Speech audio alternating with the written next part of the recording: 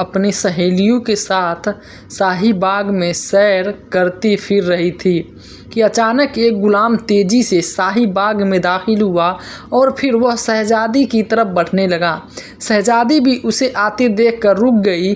उसके रुकने से उसकी सहेलियां भी रुक गई। गुलाम शहजादी के सामने आकर झुक गया। क्या बात है, क्यों आए हो? शहजादी ने कहा। बाइज़ सलामत ने आपको फ़ौरन तौर पे फरमाया है। और गुलाम ने कहा, वो अच्छा, इस अभी हाजिर होते हैं। शहजादी ने कहा तो गुलाम से सलाम किया और जितनी तेज़ी से आया था उतनी ही तेज़ी से वापस चल गया और जाकर बांदी से भी अपनी सहेलियों को जाने के लिए इजाज़त दे दी और ख़ुद अपने महल में पहुंच गई।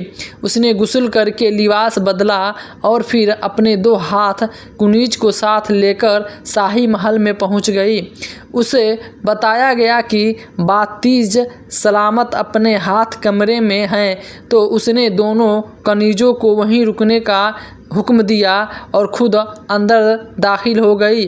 लेकिन अंदर दाखिल होते ही वो चौंक पड़ी, क्योंकि बादशाह के अलावा एक बूढ़ा आदमी भी मौजूद था और शहजादी गुलरो के यह बुज़ुर्ग मुल्क ईरान से आया है। इसका नाम बुज़ुर्ग बड़ा और वह तुम्हारे लिए एक ख़ास पैगाम लेकर आया है, इसलिए हमने तुम्हें बुलवाया है, बादशाह ने कहा। तो शहजादी ने शहजादा से कहा कि साथ साथ उस बुज़ुर्ग बाबा को भी सलाम किया और कुर्सी पे बैठ गई। जीते रहो, बुज़ुर्ग बाबा ने उसे दुआएं देते हुए कहा। आप उसे खुद बता दे, बादशाह ने बुज़ुर्ग बाबा से मुताबिक होकर कहा।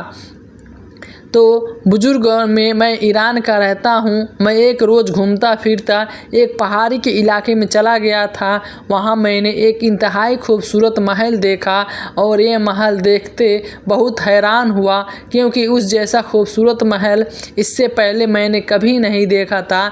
मैंने महल के दुरबान से मालूम किया कि ये महल किसका है, तो उसने बताया कि ये महल एक बड़े जादूगर का है, जिसका नाम हो सके कुछ और, लेकिन उसको बुरा जादूगर कहते हैं।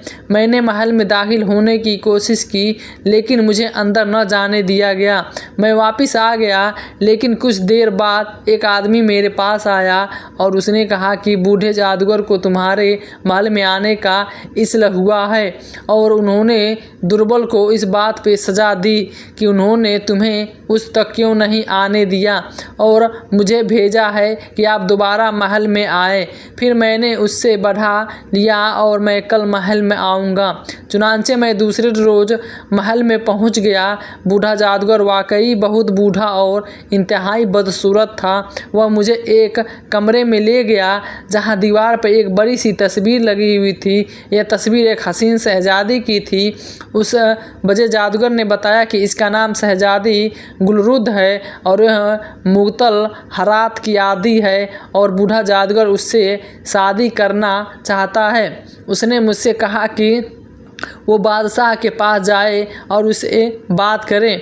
अगर आज बादशाह मान जाए तो ठीक है, वरना ये हाथ देकर भेज देना, बादशाह को इलाका कर देना, फिर वो तख्त पर सकता है। उसके ज़बरदस्ती शादी करेंगे, कुछ ऐसा ही न करने के, लेकिन वो अपनी बात पर मान रहा था। वो मुझे मजबूरन उससे वादा करना पड़ा और उसे वादे को निभाने के लिए यहाँ तक हाजिर हुआ हूँ और आप सलामत रहें इसलिए बुलाया हूँ। आप इस बारे में बताएं, क्या होना चाहिए? बुज़ुर्ग बाबा ने तफसील से कहा और ये कहते हुए उसने मेरी तस्वीर भी दिखाई। शहजादी ने हैरान होते हुए कहा कि शहजादी साहिबा, आपकी ही तस्वीर थी। बुज़ुर्ग बाबा ने जवाब देते हुए कहा कि लेकिन हमारी तो संगति मुल्क स्थान के शहजादे परवेज़ में हो चुकी है। आइंदा आप ऐसी बातें न करें। बाबा परेशान होकर वहाँ से चल गए। बाद में बादशाह ने कहा, लेकिन आपके इनकार न करने के बाद बूढ़ा जादूगर बादशाह सलामत को हुक्म कर देता और आप ज़बरदस्ती शादी करेगा। वह जादूगर भी है और उसके पास एक दिया भी है। इंतहाई ताकतवर और बुजुर्ग बाबा ने कहा कि आप फिक्र न करें, मैं जाकर कह देता हूँ उस बूढ़े जादूगर से कि मैं उसके मुंह पर थूकता भी पसंद नहीं करता। शहजादी ने कहा है और उड़कर खड़ी हो गई। फिर उसने बादशाह से इजाज़त ली और उसके हाथ में पकड़कर बाहर चली गई। तब बादशाह ने अपनी नौकर से कहा कि जाओ, और एक दुबला नौजवान अंदर दाखिल हुआ। फिर दादी के सामने झुककर गया और आपके कदमों में रातों में तेज़ रफ्तार घोड़े पे सफ़र करके बहुत कुछ शहजादे के हुजूर में हुआ, लेकिन ऐसे ही वापस किया गया। फिर दूसरे रोज़ आम वो दादी मिली जिसके सज्जादा परवेश मेहमान खाने में पहुंच चुका था और उसके लिए यह बहुत बुरी खबर थी।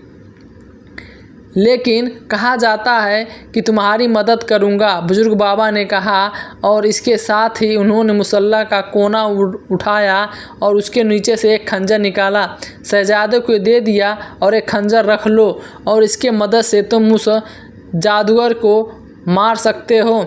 इस तरह उसने जादूगर को बुलाया और चुपके से जादूगर को मार दिया। बाद में शहजादी भी महफूज हो गई और शहजादा भी महफूज हो गया।